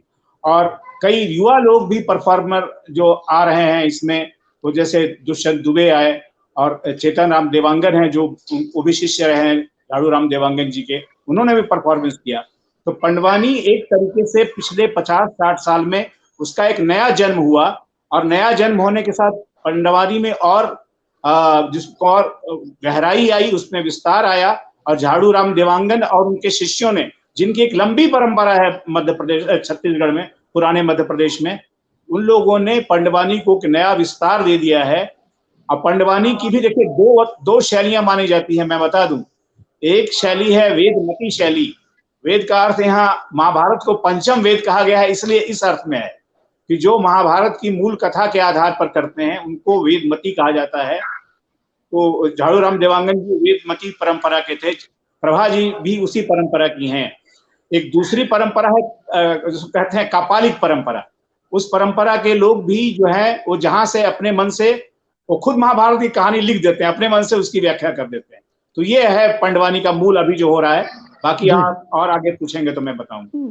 जी, तो प्रभा जी, इस महोत्सव में आप भी आई हैं, पंडवानी के इस कुंभ में आप भी हैं। आपने क्या देखा, और पंडवानी के बारे में जो पंडवानी की स्थिति है उसे कितना प्रोत्साहन मिल रहा है, किस तरह से लोग पसंद कर रहे हैं, आपके परफॉर्मेंस में को लोग किस तरह से ले रहे हैं, इस पर कुछ बोलिए। जी सर, पंडवानी अभी 2-3 दिन से चल रही है यहाँ। उसमें तो लोग बहुत ही इच्छा ले रहे हैं, बहुत ही जोर शोर से कार्यक्रम सुन रहे हैं और देख रहे हैं। और हमारे पंडवानी की कलाकार भी उत्सुकता से यहाँ कार्यक्रम की प्रस्तुति दे रहे हैं, जितने भी गायक गायिका यहाँ मंच में आए हैं। और पंडवानी पितामह के गांव में ही कार्यक्रम हो रही है, इसलिए लोगों की रुझान और ज्यादा है, क्योंकि श्री देवांगन जी पंडवानी की पुरोधा है, पंडवानी के भीष्म पितामह है वो, और उन्हीं के गांव में ही ये कार्यक्रम के आयोजन है, तो लोगों की रुझान और बहुत ज्यादा है सर। और हम कलाकारों को भी बहुत ही ज्यादा प्रोत्साहित हो रही है, क्योंकि हमारे गुरुदेव जी के जन्मभूमि में धर्मधरा में कार्यक्रम के आयोजन है, तो इसलिए लोगों की रुझान भी ज्यादा है और हम कलाकारों को भी बहुत प्रोत्साहित मिल रही सर कि ऐसे ही उत्सव अगर कहीं प्रतिवर्ष होते रहे तो हर कलाकारों को मंच मिलेंगे और अपनी कला को बताने के भी समय मिलेंगे सर। जी तो प्रभा जी, क्या आपको लगता है कि ये इस तरह के आयोजन अभी कम हो रहे थे और इसकी कहीं ना कहीं थोड़ी बहुत उपेक्षा भी हो रही थी समाज की तरफ से, सरकार की तरफ से, ये पंडवानी के कलाकार महसूस कर रहे हैं? देखिए सर, ऐसे तो शासन की ओर से जो अभी पंडवानी की प्रस्तुति हो रही है आदिवासी लोक कला परिषद के द्वारा, ये प्रस्तुति तो हमारे गांव देहात में छत्तीसगढ़ में नहीं हुए थे, लेकिन हमारे गुरुदेव जी के रहते रहते ऐसे जैसे कि शिष्य लोग हैं, जैसे हमारे चेतन भैया देवांगन जी हैं, और हम सब कलाकारों के ओर से सोचे कि कहीं ना कहीं हमारे गुरुदेव जी की कभी एक जगह इकट्ठा होकर के पूजा कर लेते, तो उनके रहते रहते इस कार्यक्रम के कभी आयोजन होते थे सर, सामूहिक तौर से कोई गांव में, अगर पंचायत अगर कहीं सहयोग दे दें या विधायक वगैरह की कोई सहयोग हो जाए, सहयोग राशि, तो उससे गांव देहात में कार्यक्रम होते थे, करते थे अपन लोग चेतन देवांगन भैया जी के माध्यम से सर, कलाकार अपने गुरुदेव जी को श्रद्धा सुमन समर्पित करने के लिए। लेकिन अभी फिलहाल जब से कोरोना काल आए थे सर, ये कार्यक्रम पूरे स्थगित हो गए थे और उसमें कलाकार फिर सब इधर उधर हो गए, सब ठप हो गए। कार्यक्रम की प्रस्तुति तो होती नहीं थी सर। ऐसे ही गांव देहात में लोकल जो कार्यक्रम होते थे वो भी बंद हो गए कोरोना काल के अंतर्गत। तो अभी आदिवासी लोक कला परिषद के द्वारा मेरी जानकारी के अनुसार हमारे छत्तीसगढ़ में गांव देहात हो रहे हैं, वो पहली बार हो रही है। जी रविंद्र जी, आप कुछ कह रहे थे? जी बोलिए रविंद्र जी। मुकेश जी, मैं एक बात यहाँ कहना चाहता हूँ कि ये जो समारोह हो रहा है, पंडवानी समारोह हो रहा है, इसकी शुरुआत तो जो है यहाँ के छत्तीसगढ़ लोक कला अकेडमी ने की है, जिसके जो अभी अध्यक्ष हैं श्री नवल शुक्ल हैं, जो यहाँ के एक कवि और कथाकार भी हैं। लेकिन मैं आपको बताऊं, यहाँ इतिहास समझना कि झाड़ू राम देवांगन को राष्ट्रीय स्तर पर उभारने का काम, या उसमें कही कि मध्य प्रदेश के उधारने का काम शुरू में नवल जी ने ही किया था। जब लगभग 35-36 साल पहले उन्होंने झाड़ू राम देवांगन को उनके गांव, यानी इसी गांव वासिन में जाकर के उनको परफॉर्मेंस के लिए पहली बार वहां बुलाया था, भोपाल में, जब छत्तीसगढ़ और मध्य प्रदेश एक ही राज्य में थे। और वो अर्जुन सिंह जी का ये कार्यकाल था और वो दौर था जो उसमें अशोक वाजपेयी थे, उन्होंने पंडवानी पर प्रसंग भी किया था। तो एक इतिहास था जब मध्य प्रदेश एक था, मतलब छत्तीसगढ़ के अलग बनने के बाद, अलग होने के बाद ये पहला मौका हुआ जब ये समारोह हुआ यहाँ पर बासिन गांव में। मैं यहाँ दूसरी बात ये बता दूं कि ये जो पंडवानी है, ये सभी दर्शकों को मालूम है, ज्यादातर लोगों को मालूम होगा, ये महाभारत की कथाओं पर आधारित होता है। महाभारत के अलग अलग एपिसोड हैं, उन पर आधारित। लेकिन यहाँ एक छत्तीसगढ़ में एक परंपरा भी है जिसको जानना चाहिए पूरे देश के लोगों को, ये बहुत कम लोग जानते हैं। यहाँ पर परंपरा है कि एक प्रसंग आता है पंडवानी के प्रसंग में, जब जो विराट नगर में, महाभारत की कथा जानते हैं कि विराट नगर में जब दुर्योधन अज्ञातवास गाय चुरा लिया था, और तब गाय चुरा लेने पर जो थे विराट नगर में अज्ञातवास में रह रहे जो पांडव थे, उनकी गाय छुड़ाने का दायित्व उन लोगों ने पा था। तो अर्जुन ने उसमें अपने समी वृक्ष पर टके बाण निकाले थे। तो उसमें एक प्रसंग आता है कि एक सहदेव ने एक बाण चलाया था जिसकी वजह से एक गाय जो है सो रुक गई थी, और जो कर्ण जो उसमें बड़ा एक महाभारत के बड़े योद्धा थे, उन्होंने गाय को लगातार उस पर जिसको कहते हैं उसको धकेलने की कोशिश की, ले जाने की कोशिश की। तो वो जो गाय वहां से टली नहीं, तो गाय ने कर्ण को एक शाप दिया था जो छत्तीसगढ़ में बहुत प्रचलित है कि जिस तरह से तुम मुझे हटाने की कोशिश कर रहे हो, मैं अड़ी हुई हूँ खुराहा नाम की बीमारी की वजह से, एक दिन वैसे ही तुम्हारा रथ भी महाभारत में अटक जाएगा, महाभारत के युद्ध के दौरान। तो ये, और अभी भी छत्तीसगढ़ में परंपरा है कि जिस गांव में या जिस घर में पशुओं को अगर बीमारी हो जाए खुराहा की, तो उस जो गाय का जो घर है या जिसमें गाय वगैरह रहती हैं, उसमें 10 नाम अर्जुन के लिख कर टांग देते हैं। तो ऐसा माना जाता है कि वो बीमारी जो है सो खत्म हो जाती है। ये परंपरा पंडवानी की वजह से ही है छत्तीसगढ़ में परंपरा में। जी मुकेश जी। जी, तो प्रभा जी, मैं आपसे ये जानना चाहता हूँ कि इस कुंभ में, जिसे हमने पंडवानी कुंभ के नाम से सुना, 14 कलाकार सम्मिलित हुए। क्या आपको लग रहा है कि पंडवानी में और नए कलाकार आ रहे हैं? 14 कलाकार तो बहुत कम संख्या लगती है। हो सकता है कि इससे बहुत सारे ज्यादा लोग सीख रहे हों, परफॉर्म कर रहे हों। जी हाँ सर, और बहुत हैं गायक गायिका छत्तीसगढ़ में। और ये 14 जो कलाकार हैं, ये कलाकार मतलब थोड़ा अच्छा कलाकार है, बड़े मंच में जाकर अपनी प्रस्तुति देते हैं। छत्तीसगढ़ संस्कृति विभाग से जुड़े हुए हैं वो। और कोई कोई कलाकार सम्मानित हैं, जैसे कि दुष्यंत द्विवेदी जी बिस्मिल्लाह खान से सम्मानित हुए हैं। और हम लोग झाड़ूराम देवांगन जी के शिष्या के रूप में चेतन भैया देवांगन जी और मैं प्रभा यादव तो हैं अभी।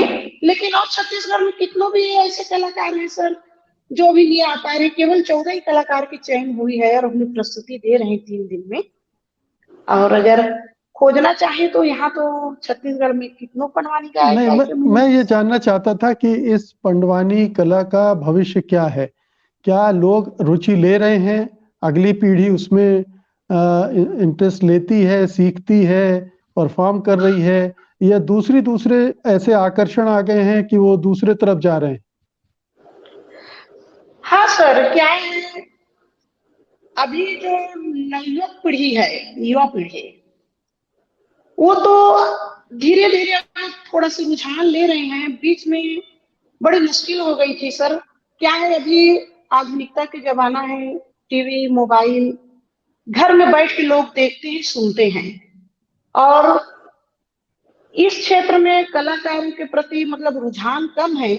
लुप्त तो नहीं होंगे क्योंकि हमारी संस्कृति है, ये लुप्त तो कभी होंगे नहीं, लेकिन थोड़ी सी परेशानी है सर। जितना होना चाहिए, जैसे पहले के दिन में हम लोग जब मंच में कार्यक्रम की प्रस्तुति देने जाते थे तो भीड़ इकट्ठी हो जाती थी, दर्शक खचाखच भरे रहते थे मंच में, और रास्ता बना करके हमें मंच में ले जाते थे लोग। और अब के युग में ऐसे हैं, जब हम स्टेज में कार्यक्रम प्रस्तुति देने जाते हैं तो हम पहले मंच में बैठते हैं और हम दर्शकों का इंतजार करते हैं कि कब दर्शक हमें देखने आए। और पहले तो दर्शक हमारे इंतजार करते थे। रुझान कम है सर, लेकिन संस्कृति तो लुप्त होंगे ही नहीं, वो तो चलती रहती है। लेकिन अब क्या करेंगे, आधुनिकता की जमाना है। नहीं, बिल्कुल बिल्कुल।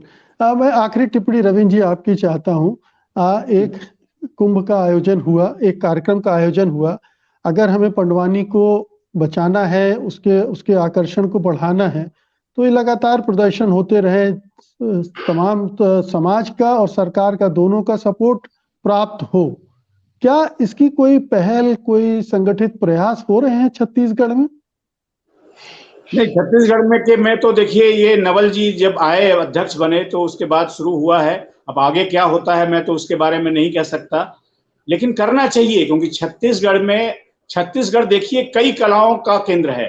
यहाँ जितनी लोक कलाएं हैं जो लगातार होती रहती हैं उतनी तो शायद भारत के अन्य राज्यों में बहुत कम होंगी। लेकिन जहां तक सिर्फ पंडवानी का, मुझे लगता है एक पंडवानी एकेडमी जैसी चीज बननी चाहिए, क्योंकि आधुनिक काल में ऐसा हो गया है कि लोक परंपरा तो रहती है, लेकिन जब कोई एकेडमी वगैरह बन जाती है, कोई संस्थान बन जाता है, तो चाहे भले वो धीमी गति से चले या धीरे धीरे चले, लेकिन उसका धीरे धीरे इंस्टॉलेशन होता जाता है। तो मुझे लगता है कि छत्तीसगढ़ सरकार को चाहिए, और मैं इस कार्यक्रम के माध्यम से एक निवेदन भी करना चाहूंगा कि छत्तीसगढ़ में एक पंडवानी एकेडमी बनाए और पंडवानी का को लेकर के ट्रेन करने की लोगों को, जो आपने बात कही ना कि युवा लोग आए, तो युवा लोग तभी आएंगे ना जब उनको उसमें एक रेम्युनरेशन, पैसा मिले, सम्मान मिले। फिर सरकार जब करने लगती है, एकेडमी जब करने लगती है, तो सम्मान भी बढ़ जाता है और पैसा भी मिलने लगता है। ये एक, मुझे लगता है ये करना चाहिए। और मैं चाहूंगा मुकेश जी, अगर आप उनको कहें, प्रभा जी को, एक और परफॉर्मेंस का टुकड़ा दिखाएं। वो बहुत अच्छी परफॉर्मर है प्रभा यादव, वो जब आती है स्टेज पर तो जादू पैदा कर देती है। तो मुझे लगता है कि वो उनसे आपको निवेदन करना चाहिए जो अंत में, कि वो अपने परफॉर्मेंस का मैं बस यही निवेदन करने जा रहा था प्रभा जी से कि अब हम कार्यक्रम का समापन कर रहे हैं, तो एक परफॉर्मेंस के साथ हो तो अच्छा रहेगा।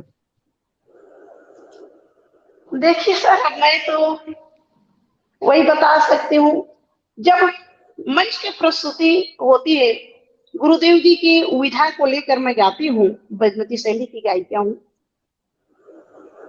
अरे भैया राजा जल में जय के प्रति महामुनि वैसम पायन जी कथे, राजा जल में जय।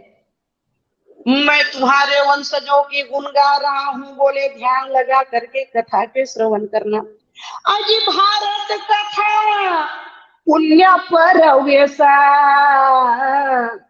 आज सावधान होई सुनहु नरेशा।